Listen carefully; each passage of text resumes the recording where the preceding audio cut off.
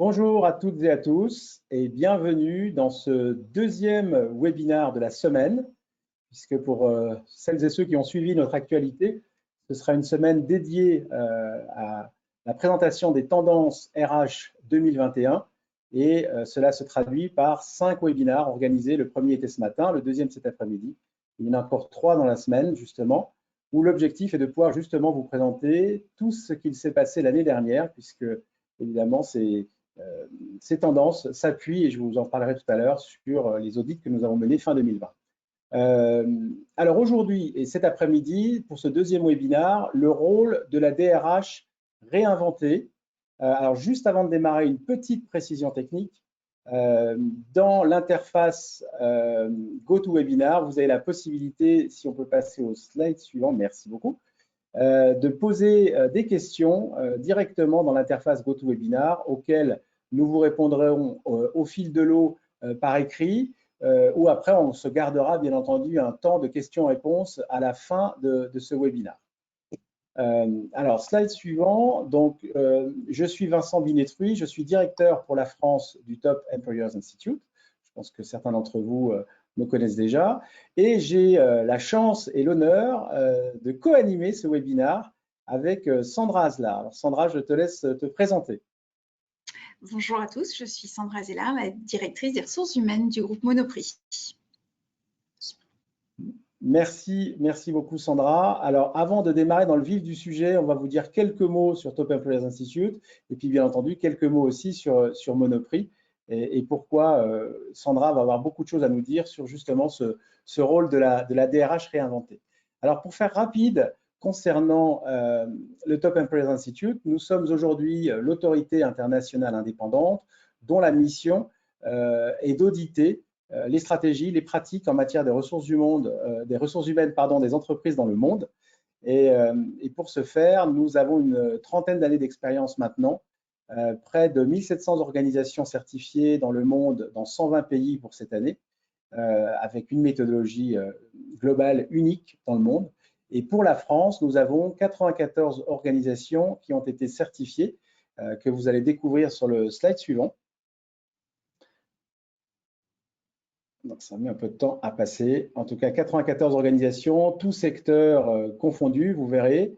Voilà, avec des noms évidemment pour la plupart qui ne vous sont pas inconnus.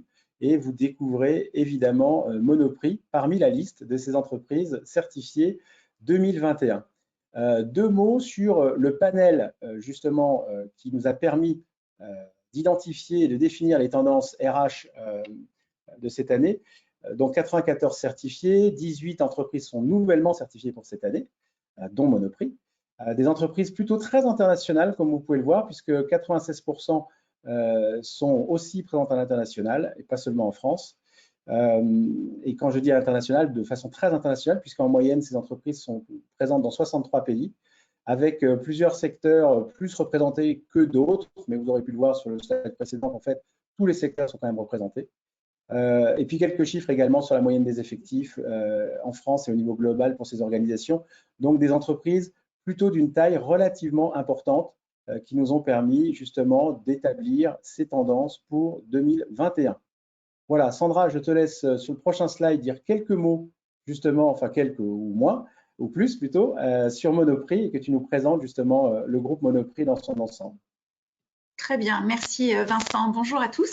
Merci pour l'invitation. Quelques mots pour présenter le groupe Monoprix. Alors peut-être certains d'entre vous en sont clients. Le groupe Monoprix, c'est un groupe français qui va bientôt fêter ses 90 ans. Nous avons aujourd'hui 700 magasins. Alors on parle de groupe Monoprix puisque c'est un groupe qui englobe un certain nombre d'enseignes différentes puisque nous avons les Monoprix, les Monop, les Naturalia et 2 sites e-commerçants avec sarenza.com et monoprix.fr. Donc en tout, ce sont plus de 700 magasins situés partout en France sur plus de 250 villes. Nous avons aujourd'hui 23 000 collaborateurs en France et nous réalisons un chiffre d'affaires annuel d'environ 5 milliards d'euros annuels en termes d'activité. Ce sont 800 000 clients qui nous font confiance chaque jour et qui viennent dans nos magasins. Alors sur le volet un peu plus humain, nous sommes détenteurs du label diversité pour notre démarche dans le cadre de l'égalité des chances, de la lutte contre les discriminations. Nous sommes d'ailleurs signataires de la charte d'engagement LGBT. Nous sommes également détenteurs du label pour l'égalité avec un index pour la deuxième année consécutive à 99 sur 100 et non pas sur 10. Et nous sommes assez fiers de dire que 65% de nos collaborateurs et 56% de nos cadres sont des femmes, dont 57% du comité exécutif du groupe Monoprix. Et comme tu le disais, Vincent, nous sommes certifiés top employeur pour la première fois et je peux vous dire qu'on n'est pas peu fiers. Et c'est une belle consécration du travail qui est réalisé par toutes les équipes. Et puis, nous avons une démarche très engagée localement que l'on appelle en interne Monoprix citadin-citoyen, avec ce rôle que l'on souhaite jouer localement auprès des associations, auprès du tissu local. Donc, en 2020, ce sont plus de 7 millions d'équivalents repas qui ont été distribués sur l'année à ceux qui en ont besoin. Nous sommes membres de la Fashion Pact pour nous assurer que toutes les productions qui sont faites sont bien dans le respect de l'éthique et des droits internationaux et bien évidemment du bien-être animal. Donc voilà en quelques mots le groupe Monoprix. Merci beaucoup Sandra pour cette introduction et qui va permettre de fixer un peu le cadre de tout ce qu'on va pouvoir justement mettre en avant, ce qui a été mis en place en termes de ressources humaines par toi et ton équipe. Donc, nous allons voir en quoi, justement, le rôle de la DRH a été réinventé. Je pense que notamment l'année 2020, même si tout n'est pas terminé, a été une année un peu charnière pour les directions des ressources humaines. On le sait tous, hein, les RH sont sous les feux de la rampe depuis un an, en travaillant comme jamais, main dans la main avec le business. Et il faut y voir une opportunité. L'opportunité, ça a été de passer définitivement d'un rôle de business partner à un rôle de business maker. Donc, dans toute difficulté, dans toute épreuve, il y a du positif et ça, c'est un élément quand même très positif. Donc, dans tout ce qui s'est passé, évidemment, tous les secteurs ont été impactés, certains plus que d'autres, dont le retail, et c'est aussi la raison pour laquelle on a proposé à Sandra justement de venir échanger sur ces sujets-là, on le verra tout à l'heure. Ce qui est intéressant de constater quand même, c'est que depuis le début, les DRH ont été présents et présentes dans la quasi-totalité des gestions de crise, voire les ont pilotées. Pour la plupart d'entre vous, il y en a eu encore de nouvelles la semaine dernière après les dernières annonces. Et les DRH ont démontré une agilité et un engagement sans pareil dès le premier jour du premier confinement. L'objectif est évidemment d'assurer la continuité de l'activité de l'entreprise tout en préservant l'intégrité physique et psychologique des collaborateurs, avec la mise en place des mesures de chômage partiel, de télétravail. C'était également un rôle clé dans le soutien indéfectible finalement à des managers parfois désemparés devant la soudaineté et la nouveauté de la situation. Et puis, alors ça c'est quand même à noter et je pense que peu de personnes me contrediront sur ce sujet-là, au prix souvent d'une charge de travail et d'un niveau de stress parfois très important. Et c'est vrai qu'on dit souvent, et c'est une réflexion qui est revenue souvent récemment sur les réseaux sociaux, les RH se sont occupés de tout le monde pendant un an et s'en occupent encore, mais finalement, qui s'occupe des RH? Et ça, c'est une vraie question de fond. Donc, on ne va pas ouvrir le débat parce que sinon, on risquerait de sortir un peu finalement du sujet d'aujourd'hui.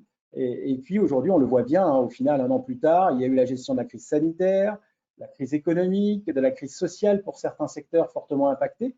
Et puis aujourd'hui, on le voit de plus en plus, c'est la gestion de la crise psychologique, justement avec des personnes qui peuvent être en détresse.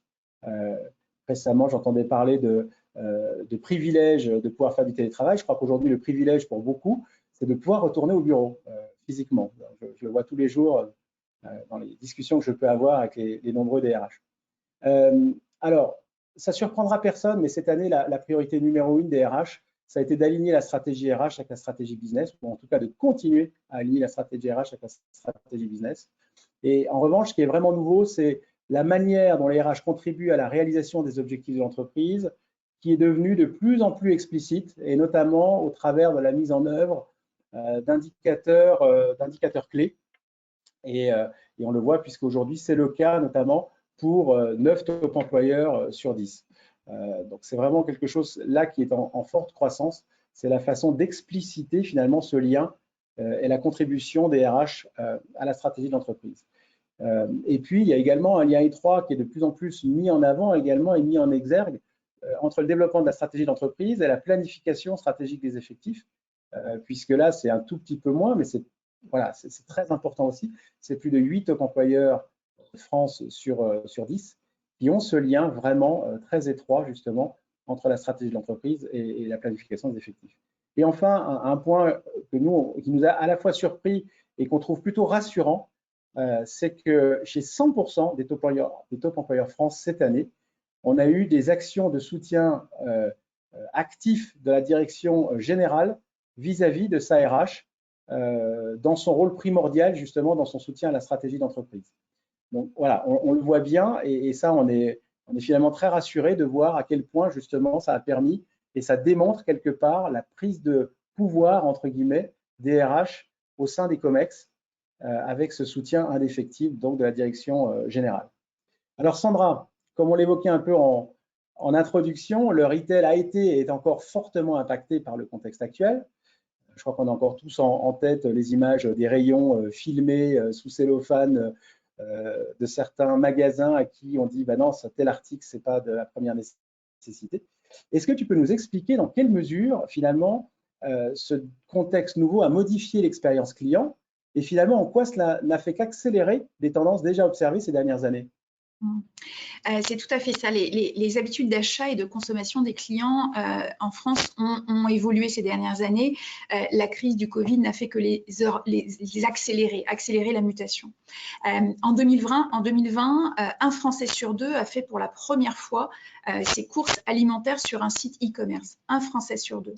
Alors, beaucoup y ont pris goût. Alors, forcément, pourquoi s'enquiquiner à aller en magasin, apporter ses packs d'eau, sa lessive et ses paquets de céréales quand on peut se les faire livrer chez soi sur le pas de sa porte.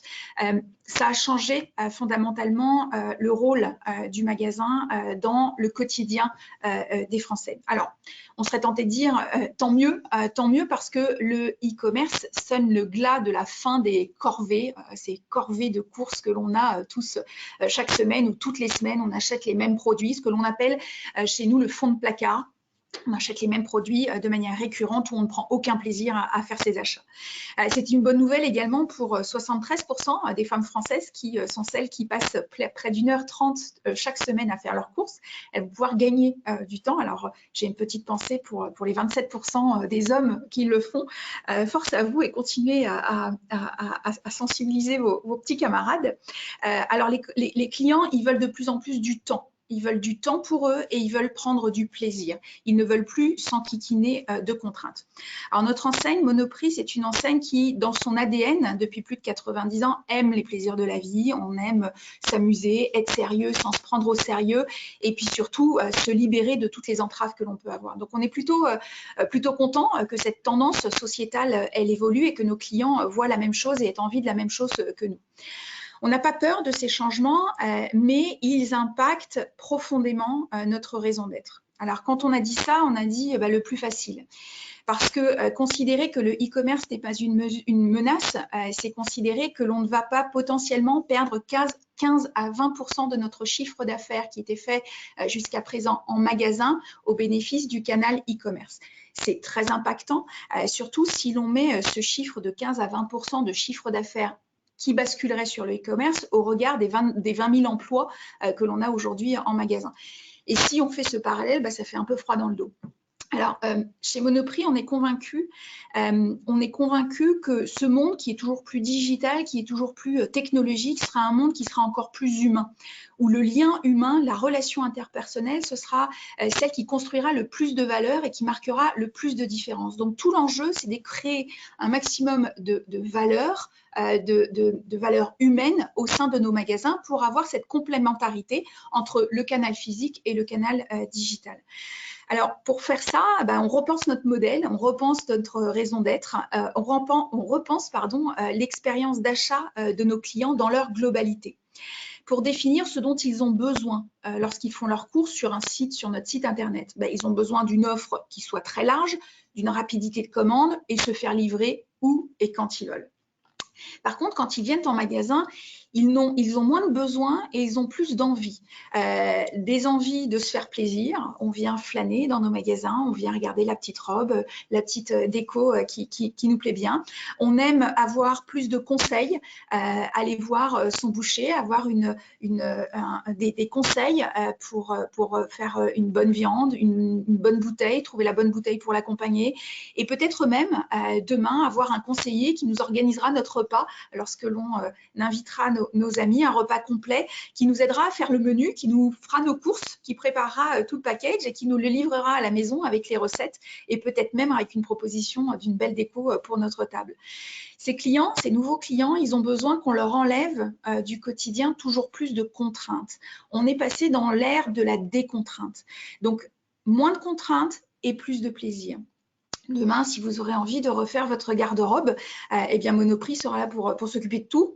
Pour enlever ces vêtements et les réinjecter dans les circuits de dons de vêtements sur les circuits d'association. Et puis, on vous proposera une garde-robe qui soit adaptée à la tendance, à la mode du moment.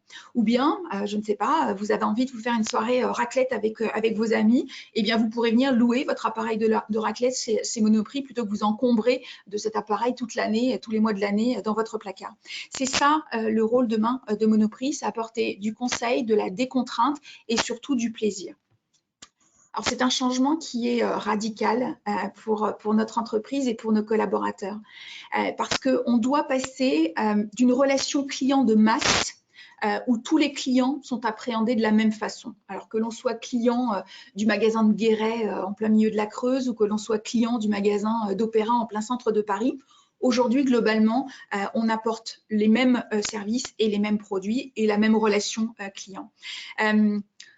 Jusqu'à présent, il suffisait d'achalander les rayons et de fluidifier le passage caisse. Donc, toute l'entreprise, elle est tournée comme ça. Elle est très tournée en process, en indicateur de productivité pour faire en sorte que les rayons soient toujours pleins et que la fluidité en caisse se fasse. Demain, on va passer à une relation client plus individualisée, où il faudra s'ouvrir au client. Il faudra savoir l'écouter. Il faudra savoir le questionner, il faudra savoir le décoder et lui proposer des produits, des services qui seront adaptés à ses besoins à lui et qui ne seront pas les mêmes que ceux de son voisin. Alors, ces besoins qui peuvent varier selon qui vient acheter un déjeuner sur le pouce à midi ou qu'il passe chez nous le soir pour préparer un repas équilibré pour ses enfants ou qu'il a envie d'en mettre plein la vue à ses amis le samedi soir. C'est le paradoxe de tous ces besoins, de toutes ces envies, de toutes ces attentes de nos clients qui varient et c'est une réelle mutation que l'on doit intégrer dans notre activité. Alors, de la même manière que l'on repense l'expérience d'achat de nos clients, on repense également l'expérience professionnelle de nos collaborateurs et la façon dont ils vont exercer demain leur métier. Super, merci beaucoup Sandra pour cette introduction et sur la façon dont finalement, non pas le business model, mais en tout cas l'organisation du modèle est en train d'évoluer au sein de Monoprix. Et c'est vrai que la bonne nouvelle dans les tendances que nous voyons justement par rapport à cela dans le rôle clé réinventé de la DRH, c'est la façon dont justement les RH sont devenus clés dans l'accompagnement de la transformation des entreprises, transformation dont tu viens de nous parler pour Monoprix. Donc, évidemment, après, je t'interrogerai sur comment la RH chez Monoprix a pris le sujet à bras-le-corps. Et donc, l'accompagnement de la transformation des entreprises et comment préparer ces mêmes entreprises justement pour demain. Alors, quelques éléments justement de tendance sur ce sujet-là. Déjà, ce que l'on peut constater chez ces grandes entreprises, c'est qu'on parle de transformation d'entreprise et on constate souvent que de nombreux et de nombreuses DRH regroupent les deux fonctions, patron ou patronne DRH et de la transformation. Ça, c'est un point qu'on a pu constater.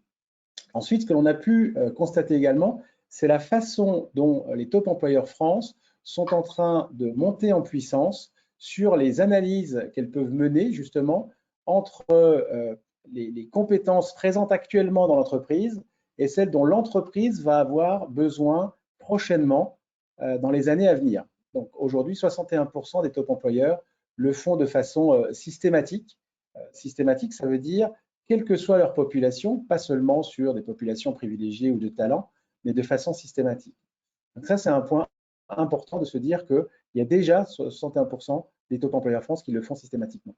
Ensuite, ce qui est intéressant de constater, c'est de voir dans quelle mesure ces top employeurs ils définissent les compétences et les aptitudes justement en fonction de l'évolution de ses besoins, les besoins actuels et les besoins futurs. Et là, Sandra nous présentera des exemples concrets qu'il peut y avoir chez Monoprix. Sandra, tu en as déjà révélé quelques éléments sur comment l'évolution du métier de boucher va se faire et en quoi on va lui demander d'avoir une notion de conseil. Je me souviens de l'exemple de la vendeuse de mode également, dont tu nous parleras probablement tout à l'heure aussi. Et puis comment justement on peut rajouter des services comme la réparation de vélos et en quoi ça a un impact justement sur la formation des collaborateurs qui ne sont pas forcément des spécialistes de la vente ou de la réparation de vélos chez Monoprix, comme tout le monde le sait, pour celles et ceux qui fréquentent l'enseigne régulièrement. Et puis également, ce que l'on a constaté cette année, c'est en quoi il y a eu également une montée en puissance sur la façon dont la fonction RH aide et soutient les collaborateurs à comprendre de plus en plus l'impact justement du changement dont a parlé Sandra tout à l'heure pour Monoprix, l'impact de ce changement justement sur leur rôle et sur leurs responsabilités. Et ça, c'est un point que l'on voit qui est vraiment de plus en plus important. On le voit notamment avec l'avènement des technologies dans certains secteurs, des technologies type intelligence artificielle ou type simplement automatisation, et c'est le cas notamment dans le retail avec l'évolution du métier d'hôtesse de caisse. Donc, comment en fait aider les collaborateurs à comprendre l'impact de ce changement sur leur rôle et sur leur responsabilité. Et là, on est à près de 9 top employeurs sur 10 qui justement ont mis en place des programmes d'accompagnement en termes d'information et de formation à ces nouveaux métiers ou à ces nouvelles compétences. Voilà. Alors Sandra, justement, sans plus attendre, est-ce que tu peux nous présenter comment cela se concrétise chez Monoprix et finalement quel impact sur l'évolution des métiers et des compétences et comment finalement mettre en œuvre une certaine symétrie des attentions entre l'évolution de l'expérience client et l'évolution évidemment de l'expérience collaborateur. Alors, je vais d'abord vous parler de la cible business, celle qui guide en tout cas tout notre plan de transformation. Vous l'aurez compris, notre objectif, c'est de sublimer au maximum l'expérience d'achat du client lorsqu'il vient en magasin pour compléter l'offre qu'il peut avoir lorsqu'il fait ses courses de son fond de placard sur un site internet. Notre objectif, si vous êtes par exemple client chez Monoprix, c'est que vous vous disiez en sortant du magasin, je me sens bien, je me suis fait plaisir sans que ça me coûte une fortune, j'ai passé un bon moment et je me suis sentie écoutée, considérée, accompagnée par les collaborateurs que j'ai eu en contact. J'ai appris des choses et on m'a ouvert des perspectives. On m'a proposé des produits que je n'avais peut-être pas imaginés et c'est tant mieux. Et en me disant, en sortant, waouh, j'ai quand même cet effet waouh et chez Monoprix, c'est quand même pas comme ailleurs. Que je me dise en sortant de chez Monoprix, ils sont trop forts chez Monoprix et en plus ils sont sympas. C'est mon Monoprix. C'est là la cible business. C'est créer cette relation très personnelle avec le client qui sait que quand il rentre dans un Monoprix, il ne rentre pas dans une autre enseigne parce qu'il y a des marqueurs d'expérience achat qu'il ne retrouvera pas ailleurs.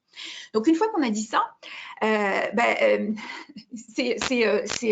c'est comment est-ce qu'on peut y arriver? Alors, je vous entends d'ici, vous vous dites sûrement, on est quand même loin du compte et je suis sûre que si vous êtes client de Monoprix, vous avez sûrement en tête quelques anecdotes bien croustillantes qui montrent qu'on est encore loin du chemin. Alors, vous avez raison. Et mon rôle en tant que DRH aujourd'hui chez Monoprix, c'est de créer les conditions pour passer d'un modèle à l'autre, sans laisser personne sur le bord de la route. Et c'est là toute l'importance de la démarche. C'est accompagner la transformation de l'entreprise dans son modèle business, dans sa relation interpersonnelle avec ses clients, mais par un changement de posture, un changement culturel de ses collaborateurs et dans la façon dont ils exercent leur métier. Donc notre job aujourd'hui en DRH, c'est de transformer la culture d'un commerçant de magasin physique à un commerçant multicanal, d'un commerçant qui avait pour objectif de remplir les rayons à un commerçant qui doit aller à la rencontre des clients, écouter ce dont ils ont besoin et proposer une offre de services et de conseils qui soit complètement personnalisée. C'est revoir les organisations, bien évidemment, parce qu'elles ne sont plus adaptées, et mettre, bien évidemment, les ressources au bon endroit, au bon moment et le plus rapidement possible. Sans casse sociale, parce que c'est dans le respect de nos valeurs, et on a à cœur, en tout cas, de mettre en place des dispositifs qui permettent de transformer les métiers, de transformer les organisations sans qu'il y ait de casse sociale, et que l'on puisse emmener tout le monde dans ce train qui va à la vitesse grand V. Alors comment ? On a plusieurs axes aujourd'hui sur lesquels nous travaillons. Un, c'est en chassant toutes les tâches qui sont réalisées par nos collaborateurs qui n'ont aucune valeur ajoutée par rapport aux clients. Donc là, on va faire le ménage dans toutes les fiches de poste et on ne va garder que les tâches qui ont une vraie valeur ajoutée pour le client et pour l'expérience client. Et pour ça, on va déployer un maximum de technologies, toutes les technologies possibles pour automatiser le plus grand nombre de tâches. Alors, je vais vous donner deux exemples. Jusqu'à il y a encore peu de temps, chaque jour, chaque collaborateur vérifiait toutes les dates de péremption de tous les produits dans son rayon frais. Et tous les matins, il recommençait la même chose et toutes les dates qui arrivaient à terme, on les enlevait du rayon. Aujourd'hui, on a un outil qui envoie un signal au collaborateur en lui disant « Tiens, va enlever ton paquet de yaourt Yoplait par 4 fruits jaunes parce que la date est arrivée à son terme. » Et donc, il n'a pas besoin de brasser tout le rayon, il va juste aller chercher le produit dont la date arrive à son terme. Un autre exemple, on passait des journées entières à inventorier l'ensemble des marchandises que l'on a dans nos rayons et notamment sur la partie mode beauté où les saisons se suivent. C'était plusieurs jours de travail. Aujourd'hui, grâce à la RFID, on est capable à l'instant T d'identifier, de recenser le nombre de produits qu'il y a sur une palette sans avoir à ouvrir un seul carton. C'est un gain de temps énorme qui nous permet de supprimer toutes ces tâches qui sont sans valeur ajoutée pour le client. Et donc, tout l'enjeu, c'est de réallouer ces heures économisées sur des missions à destination du client. Le deuxième volet, c'est de former et d'accompagner l'ensemble des collaborateurs au savoir-être. Ce n'est pas une mince affaire parce qu'on est une entreprise Monoprix qui a toujours été orientée sur le savoir-faire, qui était le prisme le plus important, respecter les process, mettre en rayon les produits au bon endroit. Voilà, on était toujours dans du savoir-faire et tous les collaborateurs de l'entreprise, qu'ils soient à Marseille, à Paris ou à Bordeaux, appliquaient les mêmes process dans leur magasin. On doit les faire basculer dans une démarche de savoir-être et de sortir du process pour se tourner vers le client et pour déterminer ce dont il a besoin et l'accompagner au mieux dans tout son acte d'achat. Pour ça, il faut développer un nouvel état d'esprit. Il faut définir ce qu'est la bonne attitude. Pour ça, on a mis en place des ateliers pour permettre l'appropriation des collaborateurs, une hôtesse de caisse, un employé en rayon, un employé au rayon boucherie. Quelle est la déclinaison de cette nouvelle posture tournée vers le client? On a lancé une démarche nationale qui s'appelle la oui attitude. C'est la capacité de chaque collaborateur à dire oui au client lorsqu'il lui pose une question, lorsqu'il lui demande un conseil. On en est loin. Aujourd'hui, on part plutôt du principe que la demande, si elle n'est pas adaptée ou si elle ne rentre pas dans les cases de Monoprix, c'est un non vif et massif. Donc, l'objectif, c'est de ne pas faire rentrer le client dans nos cases, mais c'est plutôt de nous obliger à rentrer dans les siennes. Et ça change le prisme que l'on a par rapport à l'exercice de notre métier et par rapport à la relation que l'on doit avoir avec eux. Troisième volet, on ne parle plus de métier chez Monoprix, à part les métiers de bouche, mais on ne parle plus de métier, on ne parle que de compétences. Ce sont des compétences qui doivent être activables en fonction des besoins du client, qui ne sont pas activables tout le temps, qui peuvent l'être ponctuellement, mais qui sont un peu dans cette boîte à outils que l'on appelle chez nous la boîte à outils des compétences, où on va aller piocher en fonction de nos besoins. Donc, on en parlait tout à l'heure, ces compétences, elles peuvent être régulières dans l'exercice du métier. Par exemple, un boucher, il va être formé pour proposer le bon vin avec la pièce de bœuf qu'il vous aura vendue. La vendeuse au rayon mode, elle saura demain vous conseiller sur la robe qui convient le mieux à votre morphologie. Et elle pourra même vous proposer un maquillage qui ira avec votre robe de soirée.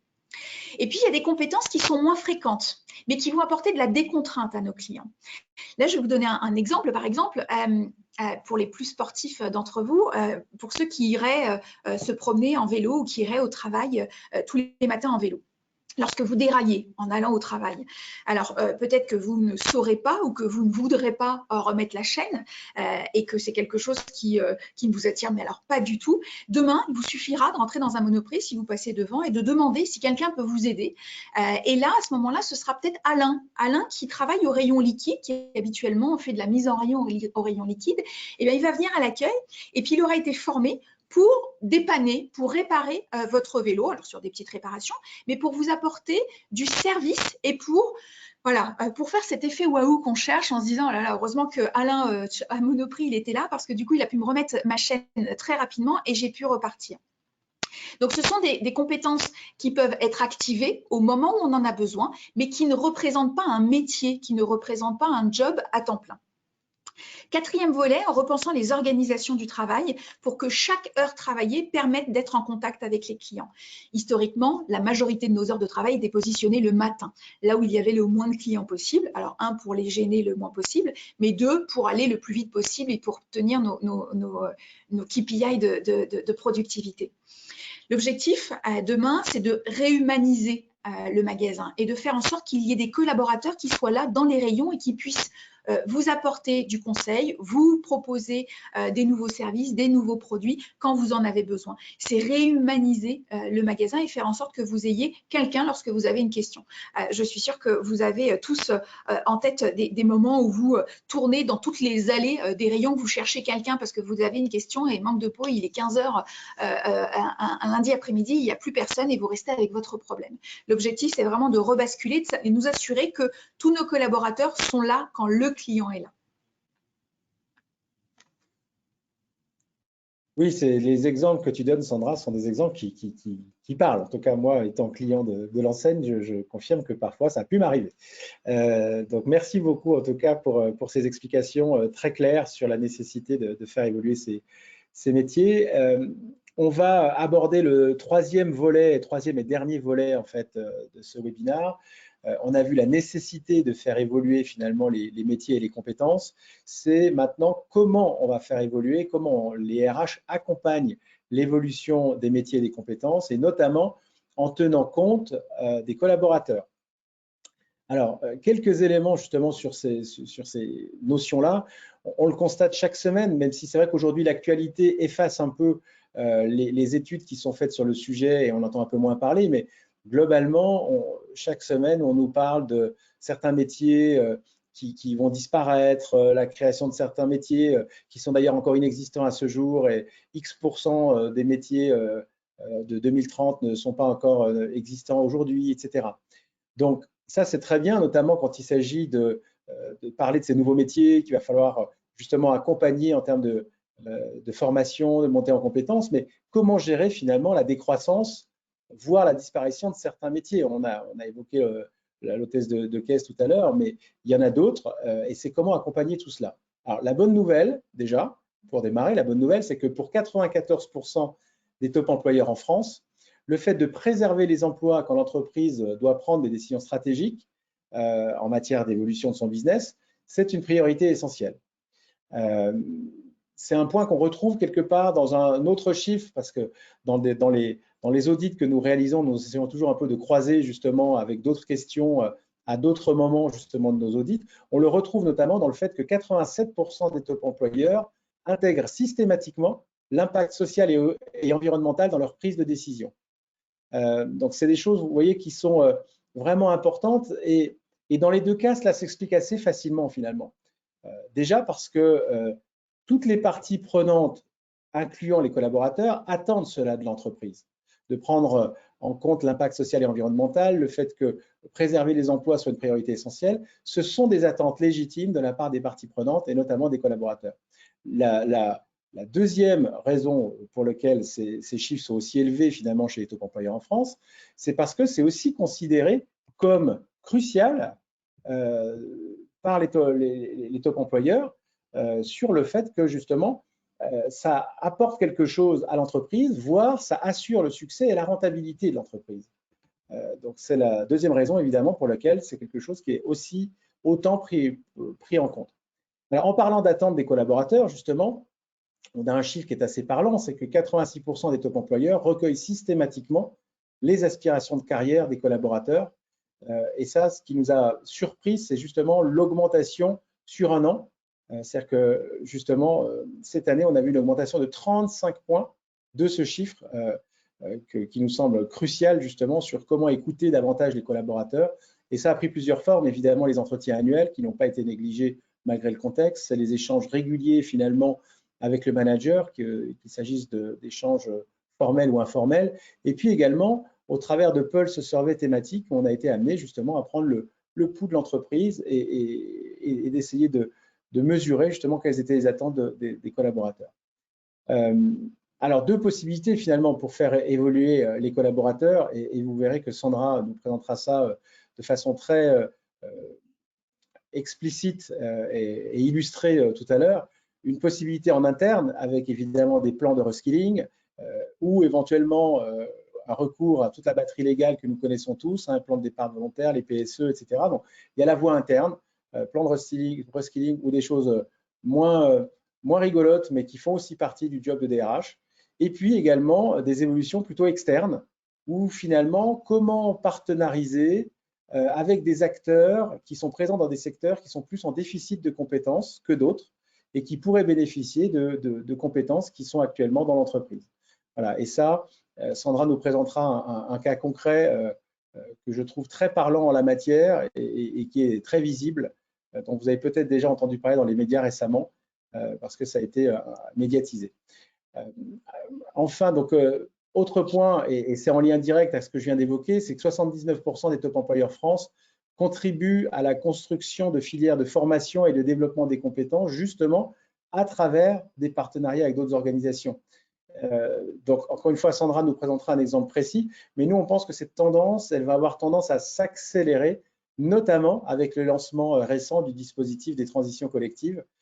Donc, il faut bien avoir à l'esprit que 79%, c'est avant le lancement du dispositif, donc c'est déjà un chiffre qui est relativement élevé, mais que ce chiffre devrait en effet croître fortement cette année au sein des top employeurs qui devraient bénéficier et mettre en place justement ce dispositif. Donc Sandra, justement, est-ce que tu peux nous en dire un peu plus sur ce sujet, sur la façon dont ton équipe et toi, vous accompagnez l'évolution des métiers en tenant compte justement des attentes des collaborateurs? Alors, il y a des métiers qui sont en croissance et des métiers qui sont en décroissance. Toutes les semaines, aujourd'hui, nous expérimentons des nouvelles compétences dans nos magasins. Je vous parlais tout à l'heure de la réparation de vélos en magasin. Il y a 15 jours, c'était l'animation d'un réseau social pour mettre localement le magasin en valeur. Ça n'est pas un job à temps plein, je vous le disais, c'est une compétence dont le magasin a besoin. Monoprix aujourd'hui est en mouvement permanent avec un niveau de créativité comme jamais parce que cette crise, elle a rebattu les cartes. Elle a rebattu les cartes de la concurrence, elle a rebattu les cartes des habitudes de consommation. Donc, on est en mouvement permanent et aujourd'hui, on a plus d'une dizaine de projets structurants qui sont en cours et qui vont nécessiter des compétences qui n'existent pas aujourd'hui chez Monoprix. Alors, nous sommes convaincus d'une chose, c'est pour qu'un collaborateur donne du bien-être au client, l'accueille bien et soit heureux de l'échange qu'il a avec lui, il faut qu'il soit lui-même bien et épanoui dans son travail. Et pour ça, on a voulu savoir quels étaient les collaborateurs qui, pour chaque projet, pour chaque nouvelle compétence, seraient les plus à même de trouver un intérêt pour eux et du coup d'induire un intérêt pour l'entreprise, pour faire un peu cette symétrie des attentions et nous assurer que tous les projets que l'on met en place soient bons et pour l'entreprise et pour le collaborateur. Alors, on avait besoin d'identifier très rapidement toutes les compétences, les aptitudes, qu'elles soient professionnelles ou personnelles, extra-professionnelles, pour nous permettre de faire les liens dont on avait besoin.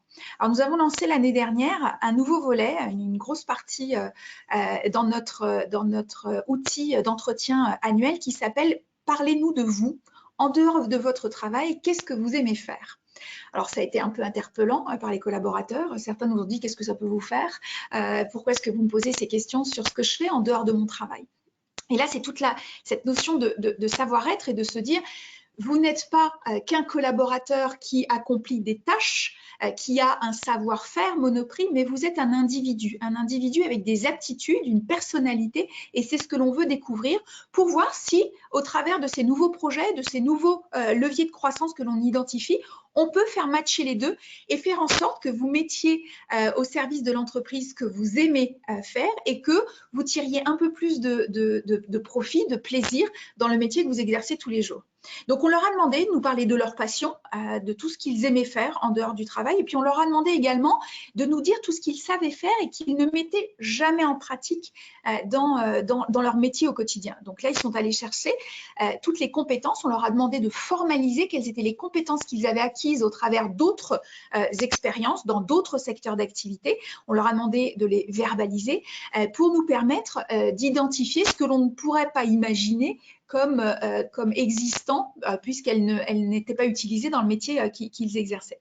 Donc, par exemple, Alain, dont je vous parlais tout à l'heure au rayon liquide, qui sait faire de la réparation de vélo, eh bien, Alain, dans son entretien annuel l'année dernière, il nous a dit qu'il était féru de vélo, qu'il adorait faire du vélo, et que c'était sa passion. Donc, c'est tout naturellement, quand on a déployé ce service dans son magasin, qu'on est allé voir Alain et qu'on lui a dit « Tiens, tu nous as dit que tu adorais le vélo, on essaie de développer un nouveau service, qu'est-ce que tu en penses ?»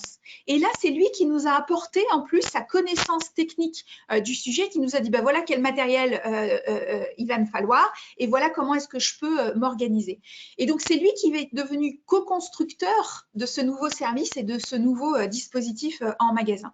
On a une autre collaboratrice, par exemple, qui l'année dernière nous a dit qu'elle adorait la peinture, qu'elle adorait peindre. Eh bien, c'est elle qui a organisé dans son magasin, puisque le directeur, du coup, lui a demandé d'organiser un événement culturel autour de cet art. Et donc, elle a monté une expo avec des peintres locaux qui ont ravi nos clients. Ça a apporté une animation, ça a apporté un petit plus à cette expérience d'achat du client qui, quand il est venu chez Monoprix, ne s'attendait pas à avoir une expo de peinture. Et c'est ce qu'il a fait et ça a été mis en place par une employée de chez Monoprix. Donc ça, c'est voilà, tous ces métiers qui existent et pour lesquels on a besoin d'identifier le plus en amont possible toutes les aptitudes et toutes les compétences extra-professionnelles qui sont détenues par nos collaborateurs pour leur ouvrir le champ des possibles. Et je peux vous dire que quand on va les voir et qu'on leur dit « Tiens, Alain, par exemple, alors c'est un exemple, mais il y en a plein d'autres, mais quand Alain, on vient le voir en lui disant « Mais tu nous as dit que tu adorais le vélo, voilà notre idée, qu'est-ce que tu en penses ?» Je peux vous dire qu'il était particulièrement motivé et particulièrement engagé pour faire en sorte que ces services fonctionnent dans son magasin. Alors, à contrario, il y a aussi des métiers qui sont en décroissance, des métiers qui sont amenés à décroître de manière significative pour peut-être un jour disparaître. Alors, on peut penser naturellement aux métiers d'hôtesse de caisse. Alors, il y aura toujours des caisses, mais il y en aura beaucoup moins. Et vous le voyez, quand vous faites vos courses dans les magasins, il y a beaucoup plus de caisses autonomes. Préserver les emplois, ça ne veut pas dire préserver les métiers. Et je crois qu'il ne faut pas avoir peur de le dire, au contraire. Il faut savoir dire qu'il y a des métiers qui vont être amenés à décroître significativement. Notre engagement en tant qu'employeur, c'est de dire votre métier disparaîtra peut-être demain, mais votre emploi, lui, il sera maintenu. Il sera maintenu et vous l'exercerez d'une autre façon. Donc, c'est accompagner cette transformation en disant les choses avec beaucoup de transparence pour permettre aux collaborateurs de se projeter et d'avoir toutes les cartes en main. Parce que c'est vrai, quand vous allez voir une hôtesse de caisse aujourd'hui et que vous lui dites bah, « Qu'est-ce que tu as envie de faire d'autre ?» Elle vous répondra « Moi, je ne sais faire que mon métier d'hôtesse de caisse, je ne sais rien faire d'autre. » Et c'est pour ça qu'on ne parle plus du tout de métier et que l'on parle de compétences. Et cette hôtesse de caisse, au travers de nos entretiens annuels, on lui a fait un peu une carte d'identité de compétences. Et on lui a dit, bah, tu vois, tu n'es pas qu'une hôtesse de caisse. Voilà toutes les compétences que tu as aujourd'hui, que tu maîtrises, la gestion des process, la gestion des des flux. Voilà, on a listé toutes les compétences, l'accueil, la relation interpersonnelle, on a listé toutes les compétences qui étaient les siennes, et puis on les a transposées avec plein d'autres métiers ou d'autres fonctions qui existaient dans l'entreprise. Et on lui a dit, tu vois, tu n'es pas qu'hôtesse de caisse, puisqu'à 60 ou 70% de compétences similaires, tu pourrais te projeter sur tel ou tel métier. Et du coup, ça détend, ça permet de rendre moins anxiogène le fait de changer de métier, parce que cette hôtesse de caisse, elle n'a plus le sentiment qu'elle va repartir de zéro, elle a plutôt le sentiment de se dire, je sais faire plein de choses et toutes ces choses, je vais pouvoir les transposer dans une autre fonction, dans un autre secteur. Alors, pour accompagner nos collaborateurs concernés par ces métiers en décroissance, nous avons axé nos efforts sur 2 axes. Le premier, c'est un axe interne, je vous le disais. Nous cherchons à créer du conseil, de plus en plus de conseils. Donc, on développe de plus en plus nos rayons à service.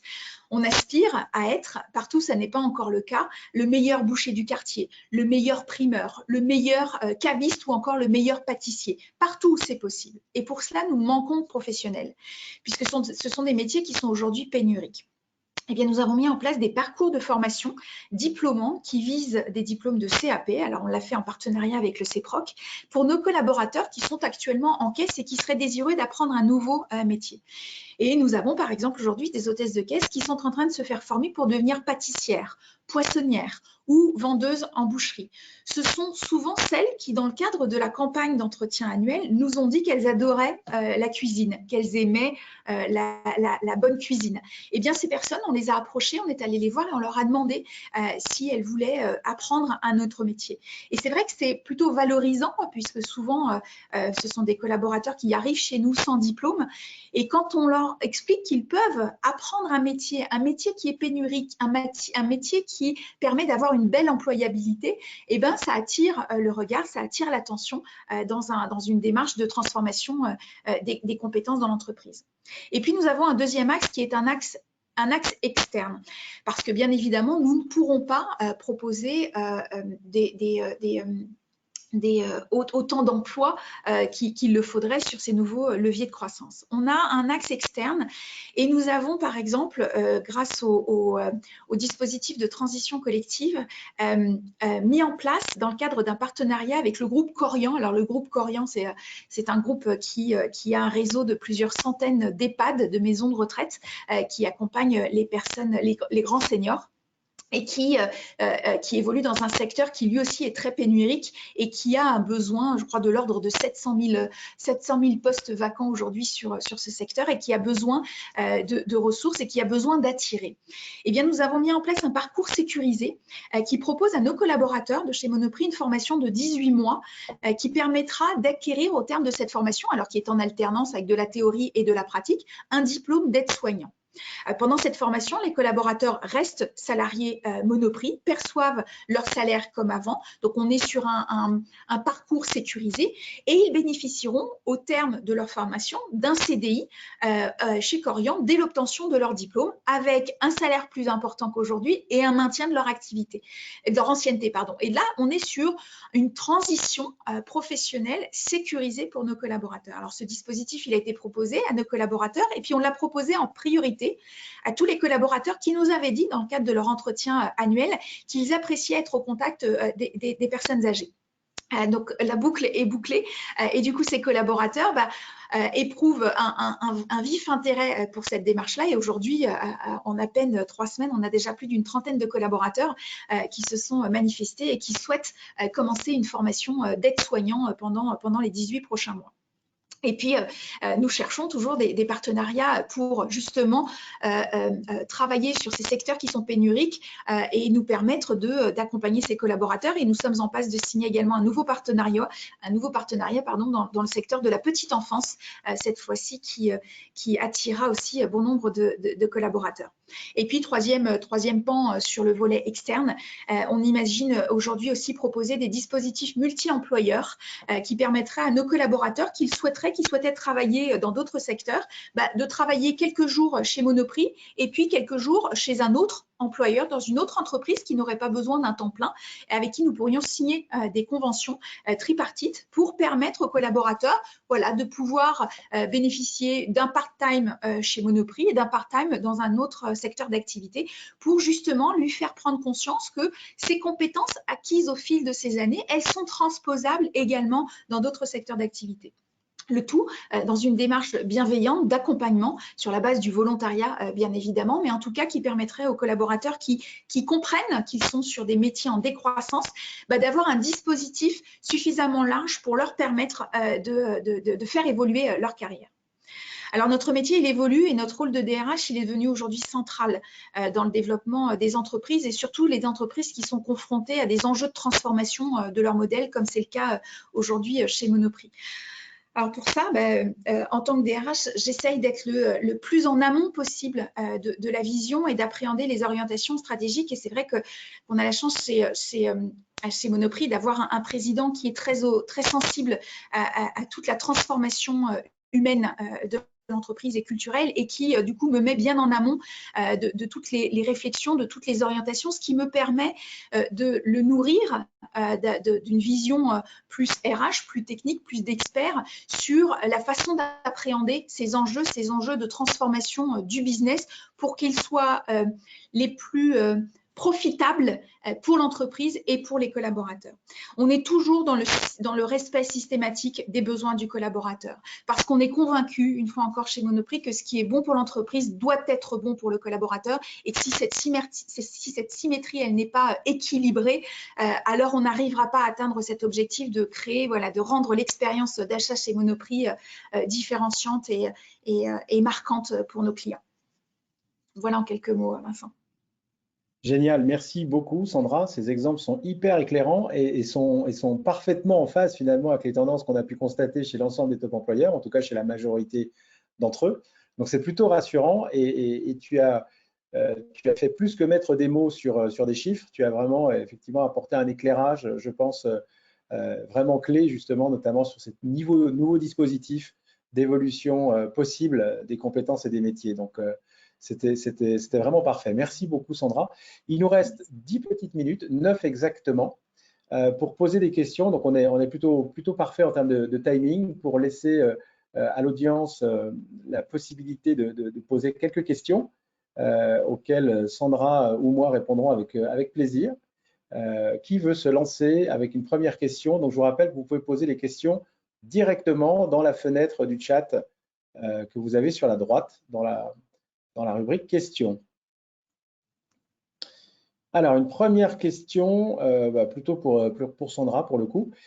Comment vous assurez-vous que l'information autour des dispositifs d'évolution de carrière est bien diffusée auprès de tous vos collaborateurs?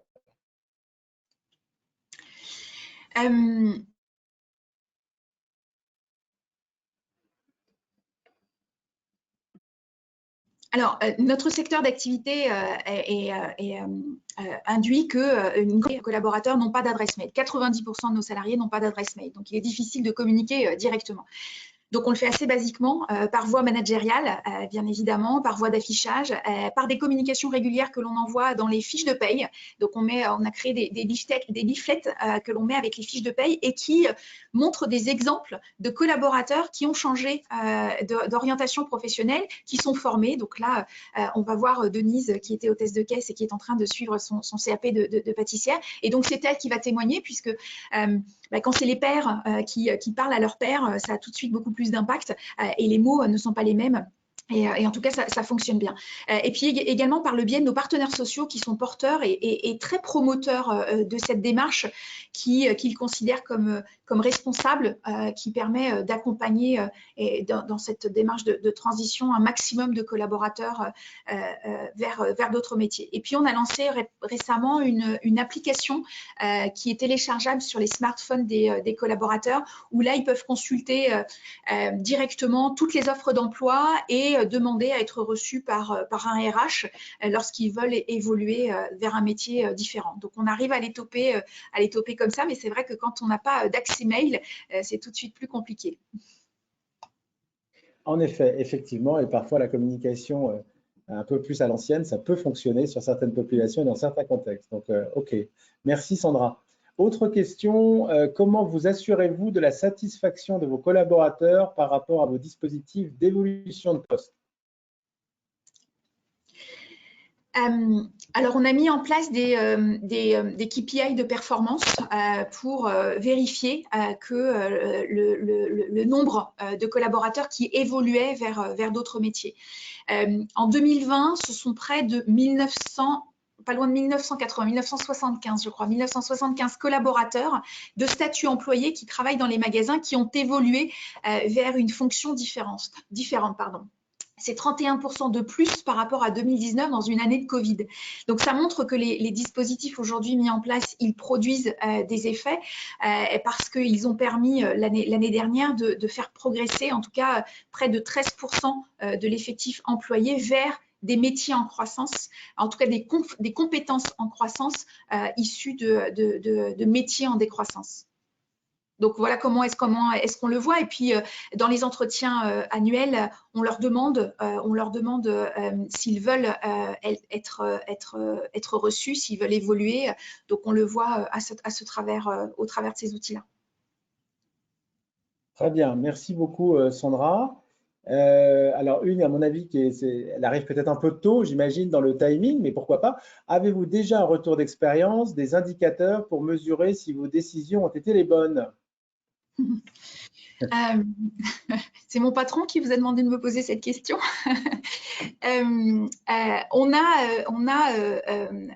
un indicateur qui est clé, qui irradie toute l'entreprise, c'est le NPS. Le NPS client, c'est le Net Promoter Score. C'est-à-dire qu'on interroge tous nos clients qui sont détenteurs de la carte Monoprix à chaque fois qu'ils viennent faire des courses dans nos magasins. On leur demande d'évaluer la qualité de l'expérience achat qu'ils ont eue dans leur magasin. Alors, sur l'accueil, sur le conseil, sur la tenue du magasin, sur le plaisir qu'ils ont éprouvé. Donc, le NPS, il représente, c'est une note qui fait la différence entre le nombre de clients satisfaits, que l'on appelle les promoteurs, et le nombre de clients insatisfaits, que l'on appelle les détracteurs. Et donc, plus la note est élevée, plus les clients sont satisfaits. Et bien là, en l'espace d'un an, notre NPS, il est passé de 36% à 52%. Donc, c'est pas loin de 50% d'évolution positive. Donc, ça montre que la posture, elle commence à changer, que ces dispositifs, ils commencent à porter leurs fruits et ça n'est pas nous qui l'évaluons, ce sont nos clients qui nous le disent. Et on le sait, les clients, ils ne nous disent que ce qui est vrai. Donc, c'est un indicateur aujourd'hui qui nous montre qu'on est sur la bonne voie, que nos postures de commerçants, elles évoluent. Et puis après, on a l'enquête d'engagement de nos collaborateurs qui nous disent pour 70% d'entre eux qu'ils se sentent accompagnés par leur enseigne, par leur manager dans leur parcours professionnel. Donc, c'est un chiffre qui est en évolution par rapport aux années précédentes. Donc, ça montre, qu'ils ont connaissance des dispositifs qui existent, deux, qu'ils commencent à en avoir confiance, à avoir confiance en eux parce qu'ils voient peut-être des collègues qui commencent à évoluer vers d'autres métiers, vers d'autres compétences. Et puis, trois, qu'ils se projettent pour peut-être évoluer vers eux-mêmes, vers d'autres compétences. Donc voilà les indicateurs, en tout cas, les premiers résultats que l'on a. Oui, qui sont très, très factuels, et notamment l'évolution du NPS en est forcément un, puisqu'il est émanant directement des clients. Donc voilà. Super. Alors là, on a une question. Est-ce que vous avez mis en place un accord GPEC? Et si oui, accepteriez-vous d'en partager le contenu? Non, pas d'accord GPEC. Pas d'accord GPEC. On travaille beaucoup en partenariat avec les organisations syndicales. On fait beaucoup de groupes de travail avec les représentants du personnel et on a considéré qu'un accord GPEC figeait dans le temps des compétences, figeait dans le temps des contenus de fonction. Et il est vrai qu'on a considéré qu'on ne voulait pas être enfermé dans un accord de GPEC, mais qu'on avait le souhait de mettre en place des dispositifs de dialogue social qui soient en évolution permanente. Donc, on réunit régulièrement nos partenaires sociaux qui nous mettent en relation avec des collaborateurs de leurs organisations, mais qui sont sur les différents métiers sur lesquels on travaille. Et là, on construit avec eux les évolutions de ces compétences. Donc, on n'a pas voulu volontairement se figer, s'enfermer dans un accord parce que En termes de posture, on a plutôt le sentiment que c'est un peu l'illustration de ce qui se faisait avant, où on considérait que l'accord GPEC, il déterminait l'organisation, les métiers pour les 3 ans, 5 ans à venir, et que par définition, quand on avait fini de négocier un accord GPEC dans les termes que l'on avait négociés, il n'était plus évolutif. Or, on considère qu'il n'y a pas plus rien n'est figé. Nos métiers, notre métier de commerçant, il ne sera plus jamais le même. Et ces compétences, elles vont sans cesse évoluer. Je vous disais tout à l'heure qu'on avait plus d'une dizaine de gros projets structurants, de gros projets innovants qui vont arriver. Mais toutes les semaines, on a des projets plus petits qui nous obligent à repenser les compétences, à repenser les organisations. Et on ne veut pas s'enfermer dans un accord GPEC. Donc, on a volontairement mis de côté cet outil. C'est clair. Merci beaucoup pour ces explications, Sandra. On avait plein d'autres questions dans le chat. Je suis désolé, mais franchement, on ne va pas pouvoir y répondre à tous, à toutes. Si vous voulez nous les transmettre, ou en tout cas, on essaiera de les transmettre à Sandra pour répondre aux personnes concernées. Mais on est en train d'arriver à 16 h, donc malheureusement, c'est impossible. Moi, j'avais 2 points quand même. Merci déjà beaucoup, Sandra, pour cette intervention et pour ton témoignage très éclairant. Nous espérons que le webinaire vous a plu, a répondu à vos attentes. Juste un point avant de clôturer, c'est très important pour nous, Top Employers Institute. 2 questions vont s'afficher une fois que le webinaire sera clôturé et nous vous serions vraiment très reconnaissants que vous y répondiez justement afin d'évaluer la qualité du webinaire. C'est hyper rapide, ça va vous prendre moins de 30 secondes, sinon moins, sachant que cette enquête ne sera pas envoyée par email après, donc on serait vraiment très, très honoré que vous puissiez y répondre directement avant de tout fermer. Et puis également, vous allez recevoir le replay par email, celui-ci, ainsi que le rapport des tendances RH, puisque c'est, comme on vous le disait, c'est cette semaine que nous allons donc présenter l'ensemble des tendances détaillées RH. Et vous allez le recevoir en avant-première, puisqu'en fait, on ne le diffusera que vendredi au travers des réseaux sociaux. Donc, vous l'aurez en avant-première à l'issue de ce webinaire. Voilà. Merci encore à toi, Sandra, pour ton intervention, à toutes et tous pour votre fidélité, puisque l'audience a été globalement la même pendant la totalité du webinaire. Donc, merci pour votre attention, en tout cas. Et nous vous donnons rendez-vous pour le prochain webinaire qui a lieu demain après-midi, donc à 14 h, où je vous présenterai justement en détail les tendances RH de l'année. Merci à toutes et à tous. À très bientôt. Au revoir. Au revoir.